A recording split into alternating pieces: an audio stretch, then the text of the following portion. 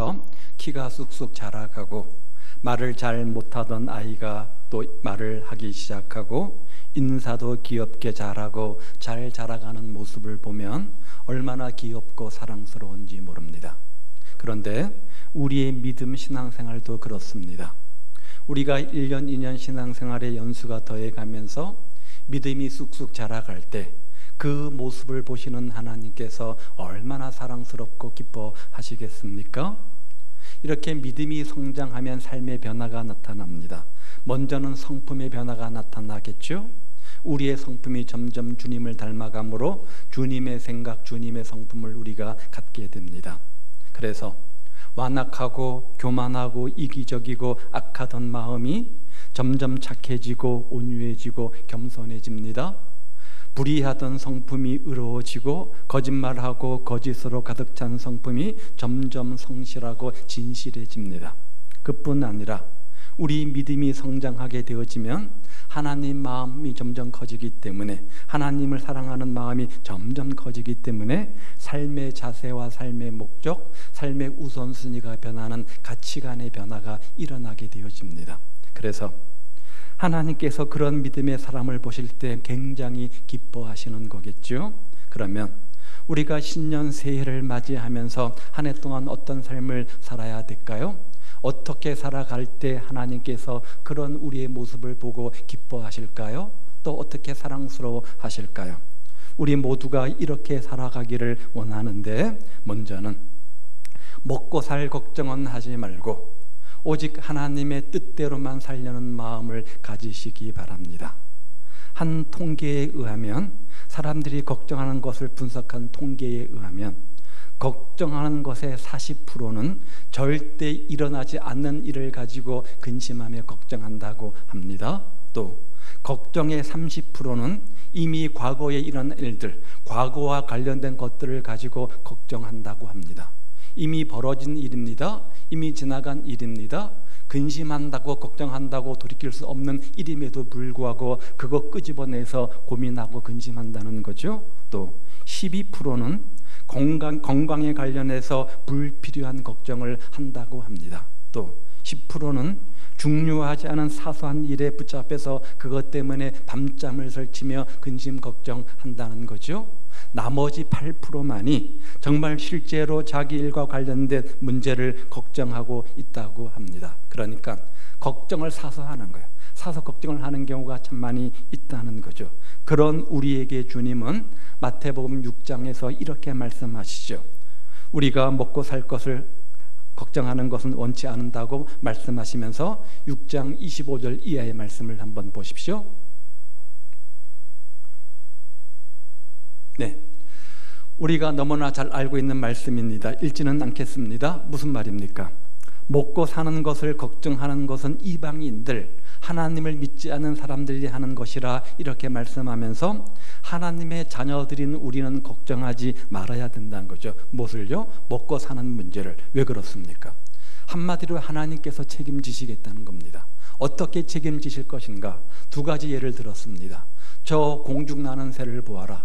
누가 먹이고 입히고 돌보지 않은데 얼마나 잘 먹고 잘 사느냐. 또 저 들에 핀 들꽃을 보아라. 길쌈도 하지 않고 보살피지도 않고 수고도 하지 않는데 얼마나 잘 자라느냐. 하물며 너희 일까보냐. 너희가 누구냐? 우리가 누구예요? 예수님의 십자가의 공로로 구원받아 천국 백성 하나님의 자녀이 된 우리 아닙니까? 그런 너희를 내가 왜 나 몰라 하겠느냐? 어떻게 돌보지 않겠느냐? 이렇게 말씀하시는 거예요. 들풀도 먹이고 입히시는 주님이라면, 공중 나는 새도 먹이시고 입히시고 돌보는 분이라면 당연히 우리는 당연한 것이죠. 그러므로 하나님을 신뢰하고 걱정하지 말아야 된다, 이렇게 말해요. 대신에 너희는 먼저 그의 나라와 그 의를 구하라. 이게 삶의 목적이라는 거예요. 그리하면 이 모든 것을 너희에게 더해 주시겠다, 이렇게 약속하고 있습니다. 이스라엘 백성들이 출애굽에서 40년 동안 광야길을 걸었습니다. 아무리 보아도 농사 지을 땅도 없고 양을 칠 수 있는 곳도 없어서 살 길이 얼마나 막막했겠습니까? 더군다나 정착하는 삶이 아니라 방황하는 나그네의 삶이었으니까 참 먹고 사는 것이 힘들었을 겁니다. 그런데 그들은 그런 광야 40년 동안 어떻게 됐습니까? 먹을 것이 없어서, 입을 것이 없어서, 잘 곳이 없어서 굶어 죽었습니까? 추워 죽었습니까? 40년 동안 기가 막힌 하나님의 방법으로 인도하지 않으셨습니까? 40년 동안 만나와 메추라기를 주셨습니다. 생수를 먹이셨습니다. 한 사람도 굶어 죽지 않게 하셨습니다. 발이 부르트지 않게 해주셨습니다. 옷이 헤어지지 않게 해주셨습니다. 하나님께서 먹고 사는 문제를 기가 막힌 방법으로 비상간섭해서 책임져 주신 겁니다.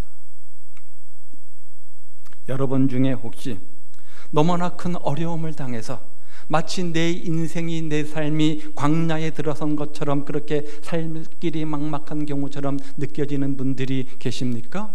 참 힘들죠. 답답하죠. 희망이 없죠. 그런데 기대하시기 바랍니다. 왜냐하면 하나님이 광야에서 만나로 먹이시는 그 기적을 체험할 수 있는 그런 기회가 온 거니까 믿고 기대하시기 바랍니다. 정말 하나님이 살아계신가? 정말 하나님이 살아계신가? 이 성경에 약속한 그 말씀 정말 내 뜻대로 이루어질 건가? 하나님께서 그 약속을 지키실까? 어떻게 나를 먹이시는지를 생생하게 체험할 수 있는 그런 기회이니까 한번 기대해 보라는 겁니다. 한번 기대해 보시기 바랍니다. 광야는 날마다 기적을 체험하는 삶의 현장입니다. 따라서 내 인생이 삶의 현장 속에, 광야의 현장 속에 있는 것처럼 느껴질 때 삶의 우선순위를 분명히 하고 먼저 그의 나라와 그의 의를 구하는 삶이 되시기를 바랍니다. 먹고 사는 문제 주님께 맡기라는 거예요. 그러면 이 모든 것 위에 넘치도록 더해 주신다는 거죠. 물론 현실적으로 먹고 사는 문제가 왜 근심이 안 됩니까? 왜 걱정이 안 됩니까? 몰라요. 저는 믿음이 아직도 부족해서 그런지 몰라도 때로는 믿음으로 그것들을 극복하는데 또 어떤 경우는 믿음이 뚝 떨어져가지고 먹고 사는 문제가 근심이 될 때 참 많이 있어요. 미래는 불투명하잖아요. 미래는 불투명하잖아요. 모든 것은 다 올라가는데 뭐만 안 올라요? 뭐만 안 올라요? 예? 월급만 안 오르잖아요. 노후는 어떻습니까? 준비해놓은 게 하나도 없잖아요. 미래 준비해놓은 것 하나도 없고 나이는 점점 먹어가고 건강도 안 좋아지고 그러면 자신감은 떨어져요. 자신감은 떨어져요. 그런 현실을 바라보면 어때요? 답답하잖아요. 걱정이 앞서잖아요. 당연한 것 아닙니까? 저 자신도 그럴 때가 있어요. 현실적으로 그럴 때 이 말씀이 여러분 다가와요, 안 다가와요? 잘 안 다가와요. 잘 안 다가와요. 또 어떻게 한 해를 지내야 될까? 아니, 어떻게 한 해를 버텨야 될까? 그런 마음이 앞을 가려요. 그러면 그렇게 걱정한다고 해서 그 문제가 해결됩니까? 그렇게 근심을 한아름 안고 있다고 해서 그 문제가 해결됩니까? 자꾸 걱정하게 되어지면 어떤 문제가 생기는가? 믿음이 떨어져요. 믿음이 약해져요. 낙심이 찾아와요. 절망에 빠지게 되어집니다. 그래서 잠언 15장 13절에 이렇게 말하죠. 마음의 근심은 심령을 상하게 한다. 마음의 근심은 심령을 상하게 한다. 근심 걱정이 아무런 유익이 없다는 거예요. 흰 머리가 생겼다 걱정한다고 해서 흰 머리가 변하여 검은 머리가 됩니까? 나는 왜 이렇게 키가 작을까? 근심 걱정한다고 해서 키가 하루아침에 커집니까? 걱정은 백해 무익한 거라는 거예요. 그래서 그 다음 17장에 보니까 근심은 뼈를 마르게 한다? 몸을 상하게 한다는 거죠. 얼마나 몸이 상하는지 몰라요. 근심 걱정이 찾아오면 밤잠 어때요? 편하게 주무십니까? 못 자잖아요. 밤잠 한 3일만 일주일만 설쳐보십시오. 뭐에 문제가 생겨요? 몸에 건강에 이상이 생겨요. 그래서 사도 바울은 고린도후서 7장 10절에 보면 이렇게 말하죠. 세상 근심은 사망을 이루는 것이다. 사망에 이르게 한다. 이렇게 말해요. 세상 근심 걱정은 건강을 안 좋게 하기 때문에 사망에 이르게 하는 병이 된다는 거예요. 세상 걱정 자꾸 하다 보면 믿음이 죽지요. 마음도 상하지요. 몸도 상하지요. 따라서 사랑하는 여러분, 세상 걱정 너무 많이 하지 마시기를 바랍니다. 세상 걱정이 뭐예요? 먹고 사는 문제 아닙니까? 그런데 문제는 걱정이라고 하는 것이 걱정하지 말란다, 걱정하지 말아야지라고 마음속에 다짐을 한다고 해서 해결되는 문제가 아니라는 거예요. 수도 없이 우리는 걱정하지 않겠다, 믿음으로 살겠다 다짐하고 고백하지만 우리가 그 믿음과 다짐과 달리 걱정이 내 마음속에 찾아올 때가 얼마나 많이 있습니까? 걱정, 근심이 내 마음속에 찾아오면 우리 마음들이 막 흔들립니다. 요동을 칩니다. 그래서 사도 바울은 그런 우리에게 비밀을 이렇게 제공합니다. 빌립보서 4장 말씀입니다. 시작.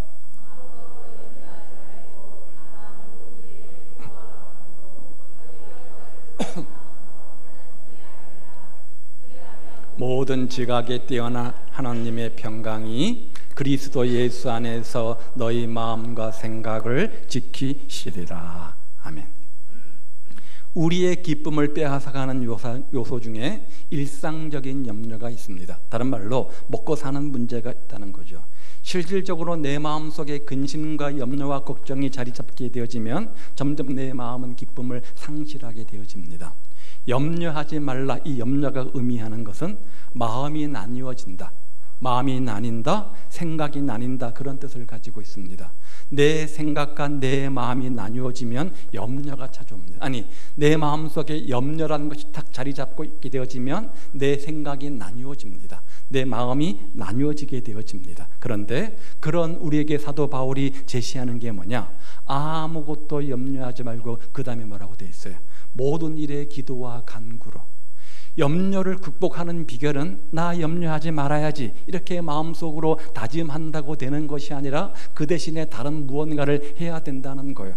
염려와 근심이 찾아올 때 뭘 하라고요? 극복하는 비결로 기도하라는 거예요. 기도하라는 거예요. 기도가 뭡니까? 그 문제를 하나님께 맡기는 거잖아요. 그 문제를 하나님께 맡기는 거잖아요. 문제를 묵상하면 묵상할수록 그 문제는 점점 커지게 되어집니다. 내 앞길은 어떻게 될까? 직장 생활은 어떻게 될까? 식구들은 어떻게 책임져야 되지? 묵상하면 묵상할수록 그 문제는 점점점 눈덩이처럼 커지게 되어져 있습니다. 그러면 어떻게 하라고요? 하나님에게서 시작하라는 거예요. 그 문제를 끌어안고 하나님의 관점으로 그 문제를 보라는 거예요. 처음부터 문제를 붙들고 늘어지지 말고 먼저 하나님을 묵상하라는 거예요. 삶의 주인 되신 하나님을 바라보라는 거예요. 그 하나님이 살아계심을 믿으라는 거죠. 그 하나님이 여러분 삶을 향한 놀라운 생각과 계획을 갖고 계신 것을 신뢰하라는 거예요. 그러면 모든 지각에 뛰어난 하나님의 평강이, 지각이 뭐예요? 우리의 삶의 형편을 아신다는 거예요. 너희 마음과 생각을 지키시리라. 그러면 먹고 살 걱정하지 말고 근심 걱정 하나님께 맡기고 오직 하나님 뜻대로 살려는 마음을 가지면, 그러면 하나님께서 책임져 주시겠다, 이 모든 것 위에 더해 주시겠다, 이렇게 약속하고 있는 거죠. 어떻게 살아야 될까? 무엇을 먹고 살아야 될까? 먹고 사는 문제, 생업의 문제가 여러분 앞에 찾아올 때 하나님 뜻대로 살려는 마음을 가지시기를 바랍니다. 먼저 신앙을 우선순위에 두시기를 바랍니다. 그리하면 이 모든 것을 여러분 삶 속에 더해 주실 것입니다. 그런 은혜와 축복이 여러분 가운데 있기를 주님의 이름으로 축복을 드립니다. 두 번째는, 어떤 어려움이 있어도 원망하거나 불평하지 말고 항상 감사만 하면서 살기를 바랍니다. 성경은 범사에 감사하라 이렇게 우리에게 교훈합니다. 왜냐하면 우리를 향한 하나님의 뜻이라 이렇게 가르치죠. 왜 감사하며 사는 것이 하나님의 뜻입니까? 왜 이렇게 하나님께서는 우리에게 무조건 감사만 하라고 강조하시는 겁니까? 하나님을 사랑하는 자, 곧 그 뜻대로 부르심을 입은 자들에게는 모든 것이 합력하여 선을 이루시기 때문입니다. 하나님의 인도하심, 하나님의 보살핌, 하나님의 섭리를 믿는다고 한다면 우리가 해야 될 일은 뭐예요? 감사밖에는 없다는 거죠. 그런 하나님은 어떤 하나님입니까? 그런 하나님은 어떤 하나님입니까? 우리에게 범사에 감사라고 가르치는 하나님은 전지전능하신 하나님뿐 아니라 절대 주권을 가지고 계신 분 아닙니까? 우리의 죽고 사는 것, 흥하고 망하는 것 다 누구의 손에 달려 있어요? 하나님의 손에 달려 있어요. 내 노력, 내 열심, 내 수고 중요하지만 그 모든 배후에서 역사하시는 분은 하나님이라는 거예요. 이 세상에 주권이 있는 것이 아니라, 나의 노력에 있는 것이 아니라, 나의 열심에 성공과 실패가 좌우되는 것이 아니라, 어쩌다 우연히 생기는 것이 아니라 하나님의 전능한 손길 속에 그 모든 주권 속에 있다는 거예요. 하나님께서 허락지 않으시면 우리의 머리카락 하나도 상하게 할 자가 없다. 성경은 이렇게 말하잖아요. 그러므로 그런 신실하신 하나님, 약속에 있어서 신실하신 하나님, 행하심에 있어서 신실하신 하나님, 그 하나님을 우리가 믿는다면 항상 감사할 수밖에 없다는 거죠. 어려운 일이 있어서요? 그렇죠. 미국의 루즈벨트 대통령은 심한 근시였다고 해요. 그는 항상 2개의 안경을 주머니에 넣고 다녔는데, 하나는 책을 읽을 때 필요한 안경이었고, 근시이다 보니까 또 하나는 멀리 있는 물체를 바라볼 때 사용하는 안경이었습니다. 그래서 늘 그 양복 안주머니에는 항상 안경집이 끼워져 있었습니다. 하나도 아닌 2개, 하나는 쓰면 되겠지만 또 하나는 들어있었겠죠. 그러니 불편했을까요? 안 불편했을까요? 불편했겠죠. 불편했을 겁니다. 매우 귀찮게 여겼다고 합니다. 불평의 이유요, 원망의 이유가 되었던 거죠. 한 번은, 저를 보세요. 그냥. 루즈벨트 대통령이 밀워키에서 정치 연설을 하고 있을 때 괴한이 그를 향해서 총을 쏩니다. 총알이 그의 왼쪽 가슴을 정확하게 관통을 시킵니다. 죽었을까요? 살았을까요? 아이고, 죽었겠지요. 가슴에 총을 맞았는데. 죽어야 정상 아닙니까? 알아요? 살았어요. 왜요? 그렇게 귀찮게 여겼던 그 안경집에 맞은 거예요. 이 안경집이 철로 만든 안경집이어서 맞고 총알이 튀어버린 거죠. 평소 귀찮게 여겼던 안경집이 그의 생명을 구한 거예요. 왜 나는 이렇게 눈이 나쁠까? 왜 나는 이렇게 무거운 안경을 가지고 다녀야 할까?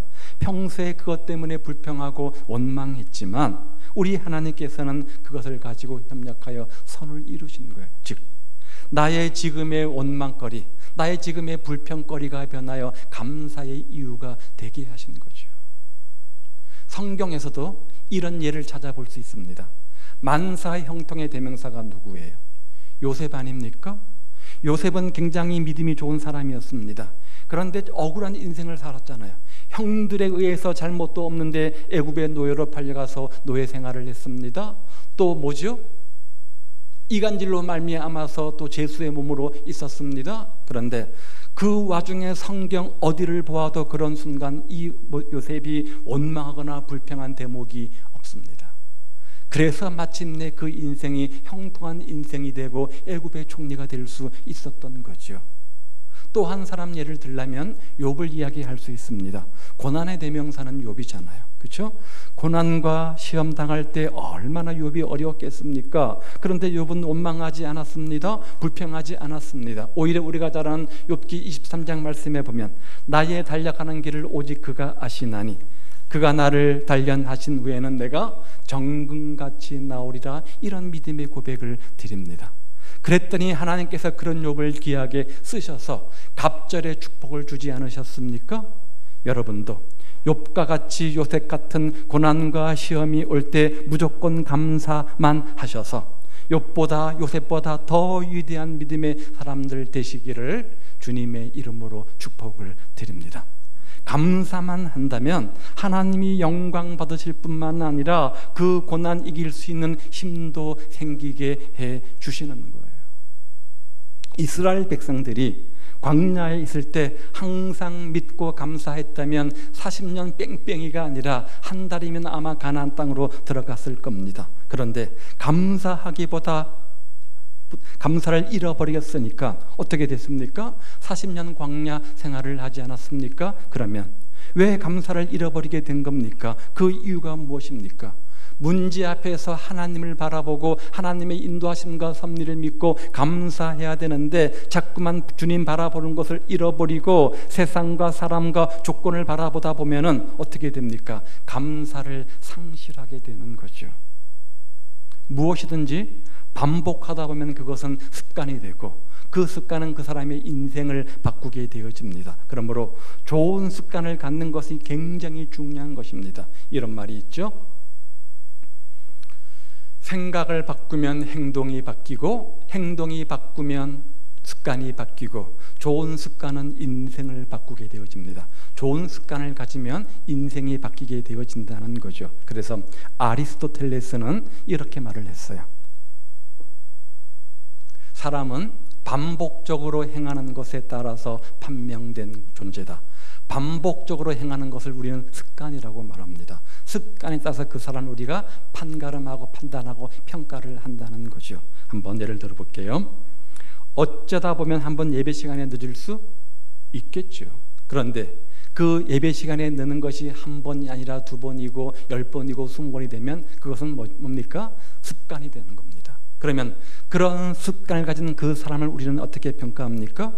맨날 지각하는 사람, 게으른 사람, 성실하지 못한 사람, 이렇게 우리가 판단하지 않겠습니까? 그런 판명을 받게 되어진다는 거죠. 그러므로 우리는 늘 좋은 습관을 가져야 됩니다. 따라서 범사에 감사만 하는 좋은 습관을 가지시기를 바랍니다.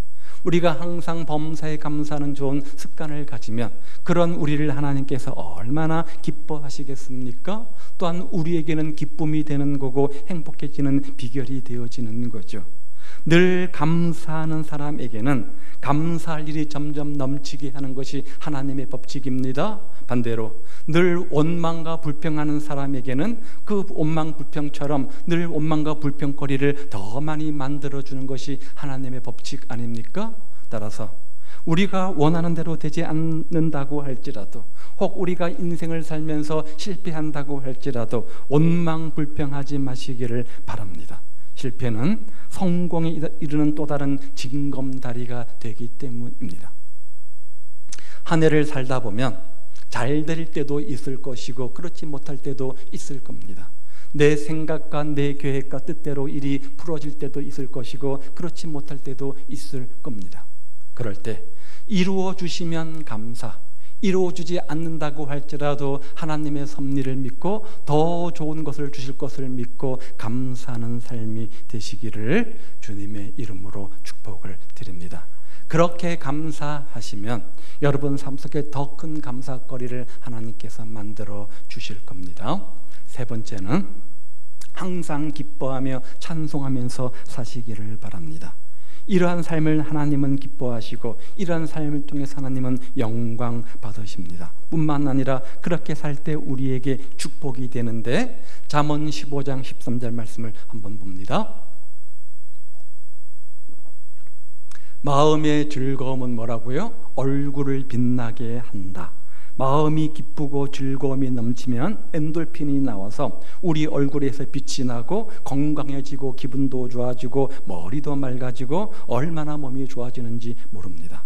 이렇게 항상 기뻐하고 찬양하면서 살면 이런 축복을 받게 되는 거죠. 또한 잠언 15장 15절 말씀에 보면 마음이 즐거운 자는 항상 뭐 한다고요? 잔치한다는 거예요. 중요한 것은 마음이라는 거죠.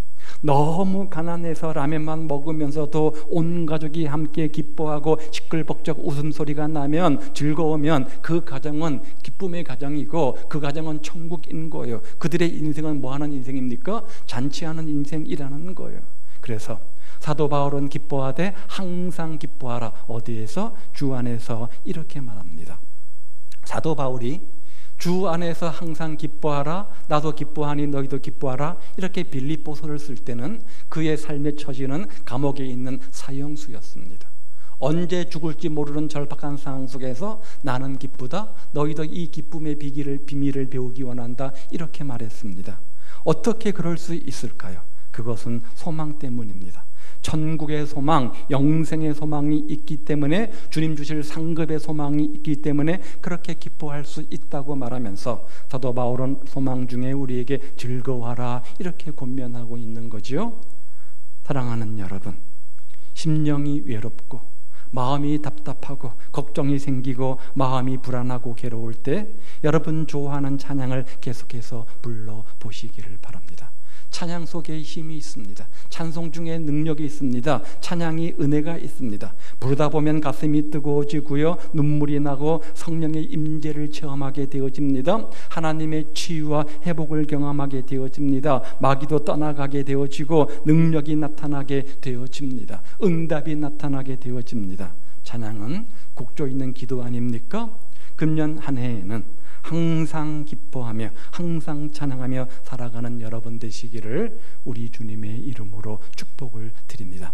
찬양 중에 거하시는 주님을 날마다 만나는 벅찬 감격, 감동의 주인공들 다 되시기를 바랍니다. 마지막 네 번째, 하나님의 일을 꿈꾸며 사나 죽으나 주를 위한 자의 삶을 살아가시기를 바랍니다. 우리는 마땅히 주를 위해서, 주님을 위해서 늘 살아야 되지 않겠습니까? 왜냐하면 우리는 주님의 것이기 때문에 그렇습니다. 사도 바울은 너희는 너희 자신의 것이 아니라 값으로 산 것 하나님의 것이 되었으니 너희 몸으로 하나님께 영광을 돌리라, 우리에게 이렇게 권면합니다. 예수님은 핏값을 지불하고 우리를 구원하셨습니다. 구원, 대속이라는 말이 그런 뜻이죠. 대가를 지불하고 샀다는 말 아닙니까? 그러므로 우리 몸은, 우리 인생은 우리의 것이 아니라 나 대신 십자가에 죽으신 주님의 것이 된 거죠. 죽은 자에게는 물질이 필요 없습니다. 죽은 자에게는 자존심도 필요 없습니다. 죽은 자에게는 명예도 필요 없습니다. 죽은 자에게는 지식이 필요 없듯이 이제는 나를 위해서는 필요 없고 주를 위한 것이 된 겁니다. 이 사실을 사도 바울은 오늘 본문 7절과 8절에서 이렇게 이야기하는데 다시 한번 읽어봅니다. 시작.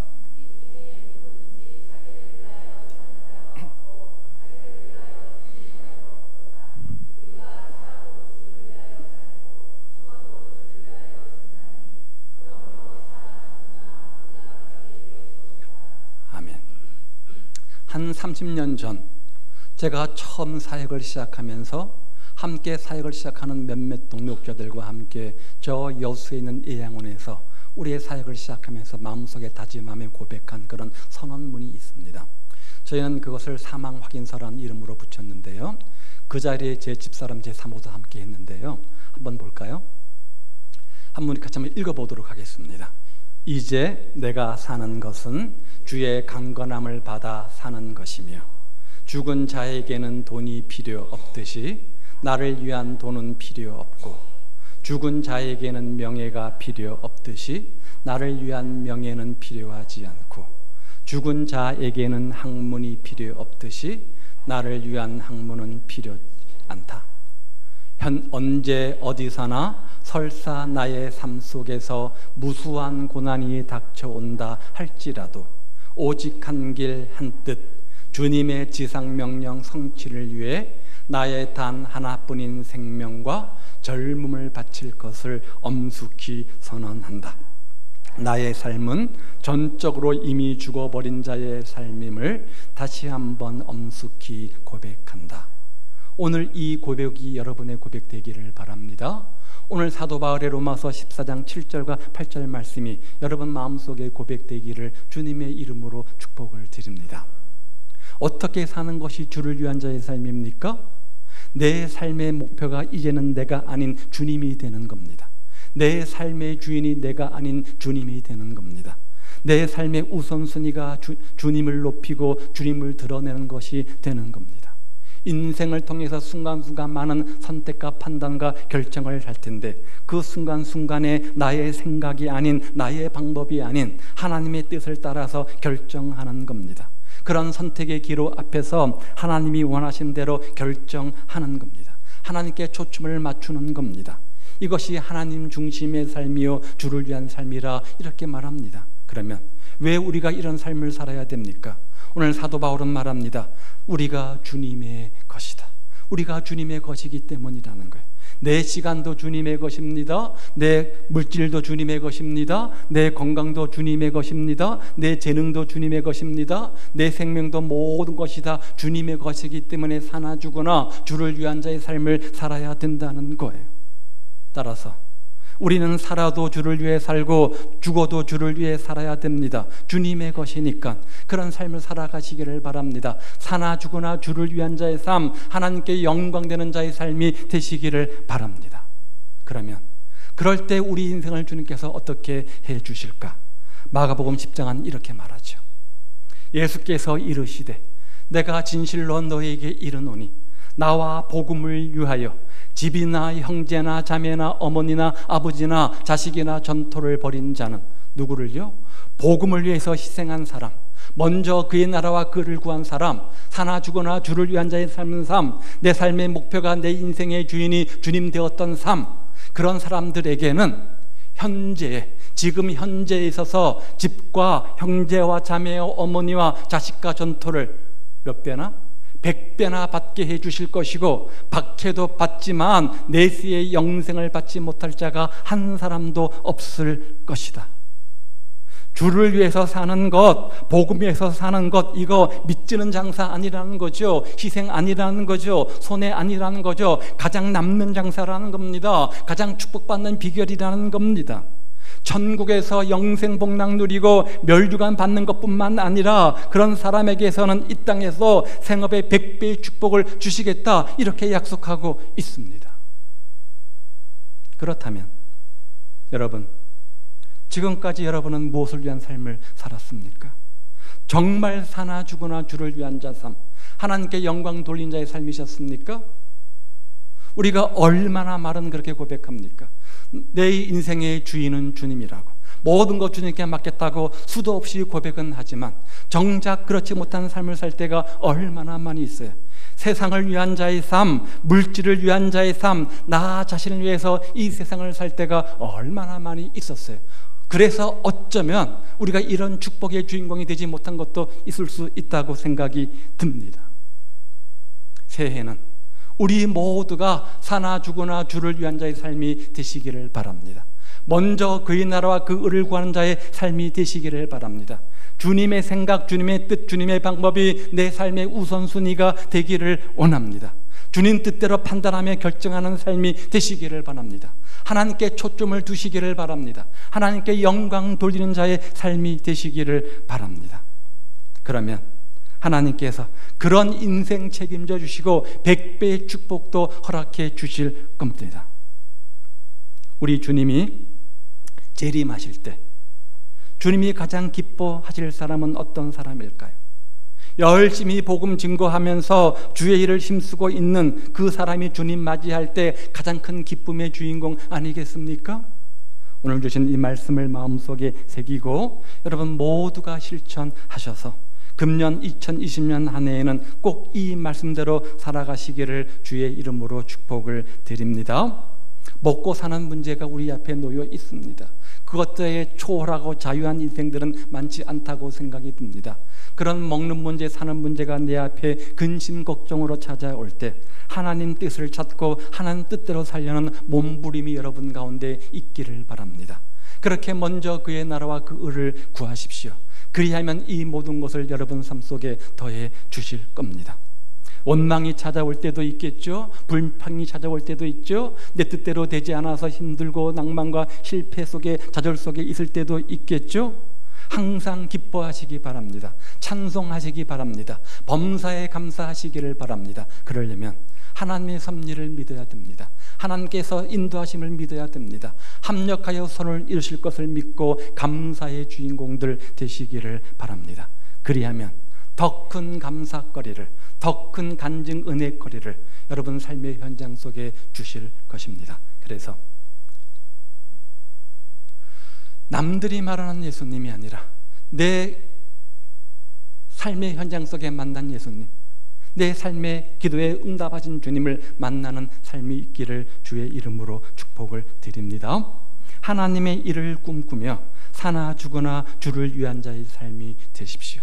살아 죽으나 죽은 자의 삶이 되시기를 바랍니다. 오늘 이 고백이 사도 바울의 고백뿐만 아니라 저와 우리의 고백되어서 하나님께 기쁨 영광되는, 그래서 마침내 반드시의 축복의 주인공들 다 되시기를 우리 주님의 이름으로 축복을 드립니다. 기도하겠습니다. 오늘 이 말씀을